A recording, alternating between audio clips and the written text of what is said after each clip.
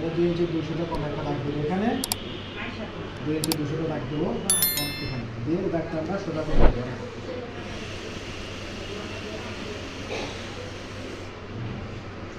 এরপরে আবার এখানে ধরবো। এবার আরমহল সূত্র কি আছে? 4 দিয়ে ভাগ করতে হবে। চেস্ট কত আছে? 25। 25কে 4 দিয়ে ভাগ দেন। 4 × 24 6.5 ইঞ্চি 200 হবে। কত হবে? 6 ইঞ্চি 200 টা। এখানে 6 ইঞ্চি 200 টা একটা দাগ, এখানে 6 ইঞ্চি 200 টা। এরপরে এই দাগটা আছে সোজা করে দেবো। চকটা আমরা এইভাবে ধরবো, এইভাবে পাতাটা ধরবেন, 90 ডিগ্রি অ্যাঙ্গেলে সোজা থাকে চক, তাহলে দাগটা আমার সোজা হবে। এরপরে এই যে মাঝখানে একটা বড় ফিল্ড হয়ে গেছে না, এখানে আমরা আর একটা দাগ দিয়ে দেবো মিডিল সাইজ করে এস্টিমেট করে একটা দাগ দিয়ে দেবো। এটা কোনো মেজারমেন্ট রকম নাই, এটা পরে আপনারা যখন শার্ট বানানো শিখবেন পরে কোনটা কোথায় দিলে ভালো হবে। এতটুকু বুঝলাম আমরা? স্যার। এরপর আমরা এখানে আমাদের টেস্টিং হবে, যে সাথে প্লেট টেস্টিং আছে এবং ভিতরে বাটনের একটা পার্ট আছে। এখন আমরা এখান থেকে 1.5 ইঞ্চি, কতটুকু? 1.5 ইঞ্চি। 1.5 ইঞ্চি ভিতরে একটা দাগ দেবো। 1.5 ইঞ্চি ভিতরে একটা দাগ, 1.5 ইঞ্চি বা 2 ইঞ্চি।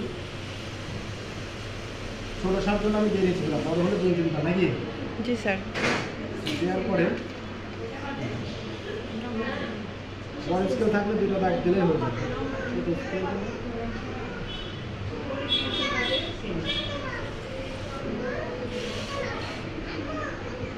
এখন আমার যত সব মেজারমেন্ট হবে এখান থেকে সব মেজারমেন্ট হবে।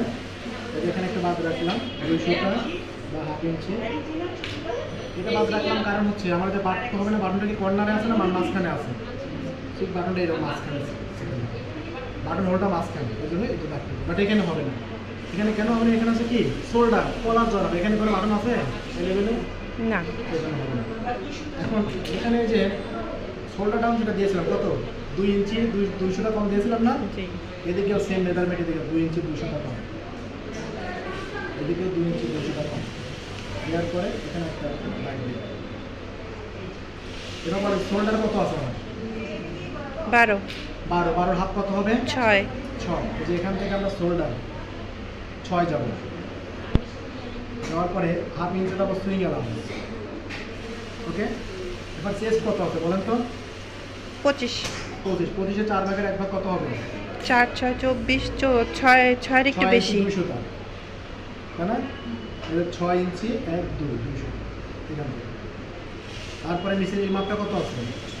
এই মাপটা তো বলছেন স্যার 23। এই দাগ তিনটা দিছি না? এটা আমি উদ্দেশ্য 23 কে 4 ভাগ করেন।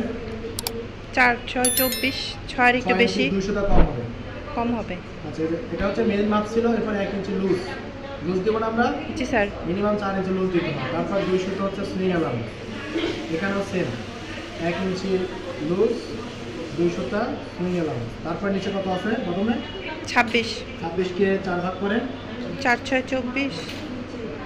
6.5। 6.5। এখান থেকে 6.5 1 ইঞ্চি লুজ 200। বুঝলাম এটা? একটু পরে আমাদের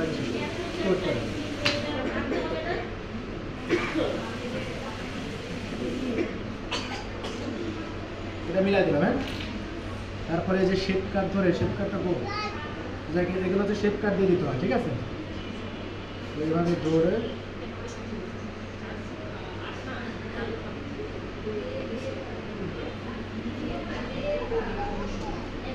আর যেটা হচ্ছে তারপরে এখান থেকে মিডলে একটু বেশি যাওয়ার পরে ধরে, এটা হচ্ছে আপনাদের রুচির উপরে যে কীভাবে দেবেন। বোঝাতে পারলাম বিষয়টা? আর এই যে এখন এই পয়েন্ট আমরা যোগ করে দেবো এবং এখানে যেটা আছে এখানে একটা ভুল করি, শেপ করে দেবো। দেখেন আমার শার্টের ফ্রন্ট পার্ট তৈরি হয়ে গেল কিনা স্যার। বুঝতে পারলেন? জি স্যার। অনেক কঠিন না, আমি খুব সহজে বোঝানোর চেষ্টা করি। এবার আমি এখান থেকে সীমাতে কাটা শুরু করি, এখান থেকে এখানে যাবে দিকে ঘুরে এখানে আবার এখান থেকে যা শুরু করি আমার কাটা করা শেষ। করতে পারবো না? আচ্ছা, বন্ধ করো না।